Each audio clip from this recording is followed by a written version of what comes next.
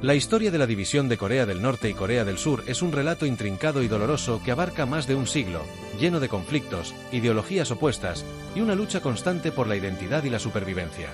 Para comprender plenamente cómo dos territorios que alguna vez fueron un solo país se convirtieron en entidades tan diferentes, es esencial examinar tanto los eventos históricos clave como el contexto cultural y geopolítico que los rodea.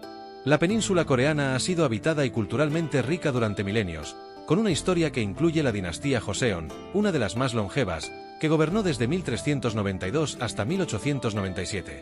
Sin embargo, la era moderna de Corea comenzó con la intervención extranjera. En 1910, Japón anexó Corea, iniciando un periodo de dominio colonial que duró hasta el final de la Segunda Guerra Mundial en 1945. Durante este tiempo, los coreanos sufrieron una represión severa y una explotación económica brutal. Los japoneses impusieron su idioma y cultura, suprimieron la identidad coreana y utilizaron a los coreanos como mano de obra barata y, en muchos casos, como soldados en su ejército. Con la derrota de Japón en 1945, la península coreana fue liberada. Sin embargo, el vacío de poder resultante y las tensiones de la emergente Guerra Fría llevaron a una intervención extranjera inmediata. En lugar de permitir la autodeterminación, las potencias aliadas acordaron una administración temporal dividida en dos zonas, el norte bajo la influencia soviética y el sur bajo la administración estadounidense. Esta división, inicialmente concebida como una medida provisional, se solidificó rápidamente debido a las crecientes desconfianzas y rivalidades entre Estados Unidos y la Unión Soviética. En 1948, las diferencias ideológicas se hicieron irreconciliables y se establecieron dos estados independientes en la península coreana. En el norte, Kim Il-sung, respaldado por la Unión Soviética, fundó la República Popular Democrática de Corea, implementando un régimen comunista estricto y comenzando la dinastía Kim que sigue hasta hoy. En el sur, Syngman-rhee, apoyado por Estados Unidos, proclamó la República de Corea, estableciendo una administración basada en principios democráticos y capitalistas. A partir de este punto, los caminos de Corea del Norte y Corea del Sur se bifurcaron drásticamente, cada uno desarrollándose de manera radicalmente distinta bajo la influencia de sus respectivos aliados. La Guerra de Corea, que estalló en 1950 cuando Corea del Norte invadió el sur en un intento de reunificar la península bajo el régimen comunista, fue un conflicto brutal que duró 3 años. Involucró no solo a las dos Coreas, sino también a una coalición liderada por Estados Unidos bajo la bandera de las Naciones Unidas, y a China, que intervino del lado norcoreano. La guerra causó millones de muertes y devastó gran parte de la infraestructura de la península. En 1953, se firmó un armisticio que detuvo los combates, pero no se alcanzó un tratado de paz, lo que significa que técnicamente ambas naciones siguen en estado de guerra. La línea de armisticio se consolidó como la zona desmilitarizada, DMZ, una franja fortificada que separa las dos Coreas y que sigue siendo una de las fronteras más militarizadas del mundo. Después de la guerra, Corea del Norte y Corea del Sur siguieron caminos muy distintos. Bajo el liderazgo de Kim Il-sung, Corea del Norte se centró en la ideología Juche, o autosuficiencia, promoviendo un estado altamente militarizado y controlado. La economía norcoreana se estructuró en torno a la industria pesada y la agricultura colectiva, con un énfasis en la autarquía. Sin embargo, esta política resultó en aislamiento económico y crisis alimentarias recurrentes, especialmente después del colapso de la Unión Soviética en 1991, que había sido su principal fuente de apoyo económico.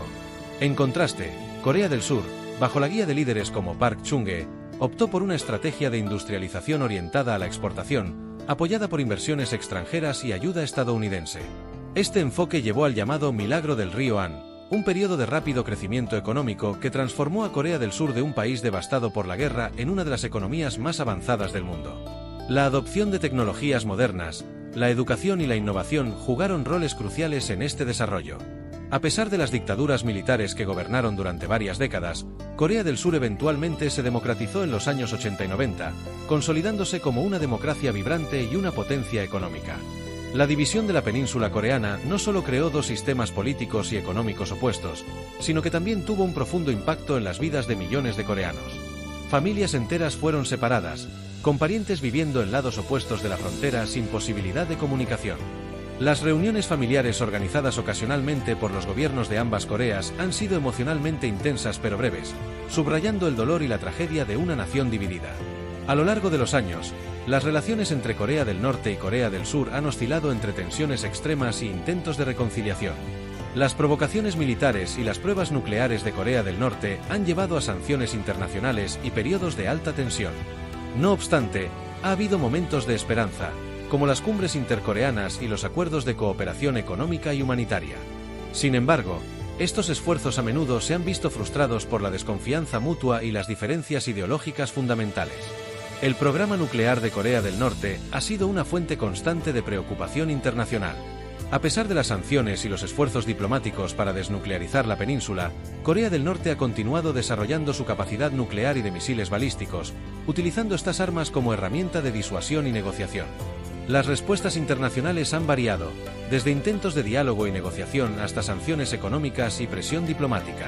A pesar de las diferencias y las tensiones, hay una continua esperanza entre los coreanos de ambos lados de la frontera y la comunidad internacional de que algún día la península pueda ser reunificada de manera pacífica.